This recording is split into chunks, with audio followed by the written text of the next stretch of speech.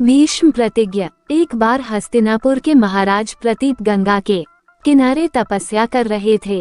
उनके रूप सौंदर्य से मोहित होकर देवी गंगा उनकी दाहिनी जौघ पर आकर बैठ गई। महाराज ये देखकर आश्चर्य में पड़ गए। तब गंगा ने कहा, हे राजन, मैं जहनु ऋषि की पुत्री गंगा हूँ और आपसे विवाह करने की अभिलाषा लेकर आपके पास आई हूँ।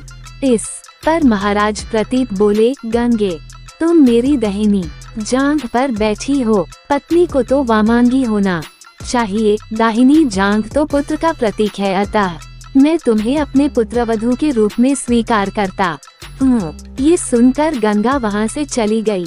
अब महाराज प्रतीप ने पुत्र प्राप्ति के लिए घोर तप करना आरंभ कर दिया। उनके तप के फलस्वरूप उन्हें पुत्र की प्राप्ति हुई, जिसका नाम उन्होंने शांतनु रखा। शांतनु के युवा होने पर उसे गंगा के साथ विवाह करने का आदेश दे महाराज प्रतीप स्वर्ग चले गए। पिता के आदेश का पालन करने के लिए शांतनु ने गंगा के पास जाकर उनसे विवाह करने के लिए निवेदन किया। गंगा बोली, राजन, मैं आपके साथ विवाह तो कर सकती हूँ, किंतु आपको वचन देना होगा कि आप मेरे किसी भी कार्य में हस्तक्षेप नहीं करेंगे।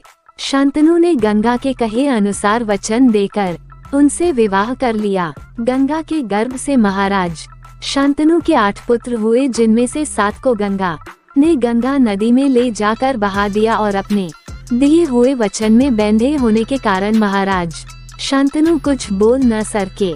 जब गंगा का 8वां पुत्र हुआ और वह उसे भी नदी में बहाने के लिए ले जाने लगी तो राजा शांतनु से रहा न गया और वे बोले, गंगे, तुमने मेरे 7 पुत्रों को नदी में बहा दिया, किंतु अपनी प्रतिज्ञा के अनुसार मैंने कुछ न कहा। अब तुम मेरे इस 8वें पुत्र को भी बहाने जा रही हो। मैं तुमसे प्रार्थना करता हूँ कि कृपा करके इसे नदी में मत बहाओ। ये सुनकर गंगा ने कहा, राजन, आपने अपनी प्रतिज्ञा भंग कर दी है, इसलिए अब मैं आपके पास नहीं रह सकती। इतना कहकर गंगा अपने पुत्र के साथ अंतर्ध्यान हो गई। तत्पश्चात महाराज शांतनु ने 36 वर्ष ब्रह्मचर्य व्रत धारण करके व्यतीत कर दिए। फिर एक दिन उन्होंने गंगा के किनारे जाकर गंगा से कहा, गंगे, आज मेरी इच्छा उस बालक को देखने की हो रही है जिसे तुम अपने साथ ले गई थी। गंगा एक सुंदर स्त्री के रूप में उस बालक के साथ प्रकट हो गई और बोली, राजन, यह आपका पुत्र है तथा इसका नाम देवव्रत है, इसे ग्रहण करो। ये पराक्रमी होने के साथ विद्वान भी होगा।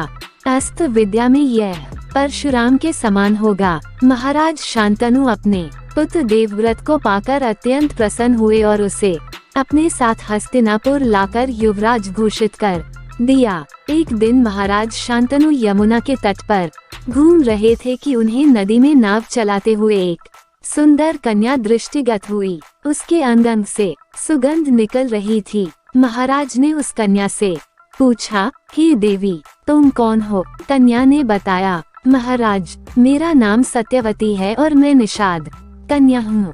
महाराज उसके रूप यौवन पर रीझ कर तत्काल उसके पिता के पास पहुँचे और सत्यवती के साथ अपने विवाह का प्रस्ताव किया। इस पर धीन व निषाद बोला, राजन, मुझे अपनी कन्या का आपके साथ विवाह करने में कोई आपत्ति नहीं है, परंतु आपको मेरी कन्या के गर्भ से उत्पन्न पुत्र को ही अपने राज्य का उत्तराधिकारी बनाना होगा। निषाद के इन वचनों को सुनकर महाराज शांतनु चुपचाप हस्तिनापुर लौट आए। सत्यवती के वियोग में महाराज शांतनु व्याकुल रहने लगे। उनका शरीर दुर्बल होने लगा।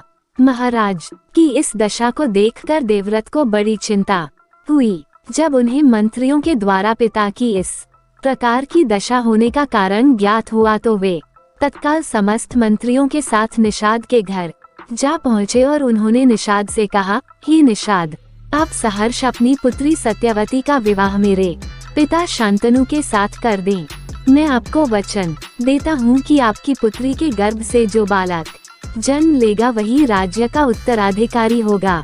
कालांतर में मेरी कोई संतान आपकी पुत्री के संतान का अधिकार छीन न पाए, इस कारण से मैं प्रतिज्ञा करता हूँ कि मैं आजन्म अविवाहित रहूंगा। उनकी इस प्रतिज्ञा को सुनकर निषाद ने हाथ जोड़कर कहा, हे देवव्रत, आपकी यह प्रतिज्ञा अभूतपूर्व है।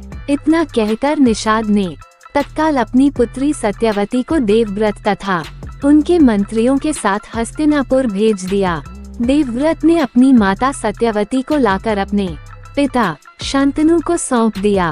पिता ने प्रसन्न होकर पुत्र से कहा, वत्स, तूने पितृभक्ति के वशीभूत होकर ऐसी प्रतिज्ञा की है जैसी कि न आज तक किसी ने किया है और न भविष्य में करेगा। मैं तुझे वरदान देता हूँ कि तेरी मृत्यु तेरी इच्छा से ही होगी। तेरी इस प्रकार की प्रतिज्ञा करने के कारण तू भीष्म कहलाएगा और तेरी प्रतिज्ञा भीष्म प्रतिज्ञा के नाम से सदैव प्रख्यात रहेगी। गंगा ने स्वयं का परिचय जहनु ऋषि की पुत्री के रूप में दिया, जबकि वे हिमालय पत्री थीं। मैं अच्छी प्रकार से जानती हूँ कि पाठक अवश्य ये समझते होंगे कि गंगा ने ऐसा क्यों कहा, किंतु ये भी हो सकता है कि कुछ पाठकों को ज्ञात न हो कि गंगा जहु ऋषि की पुत्री कैसे हुई। अपनी इस जिज्ञासा को शांत करने के लिए अगली कथा पढ़ सकते हैं।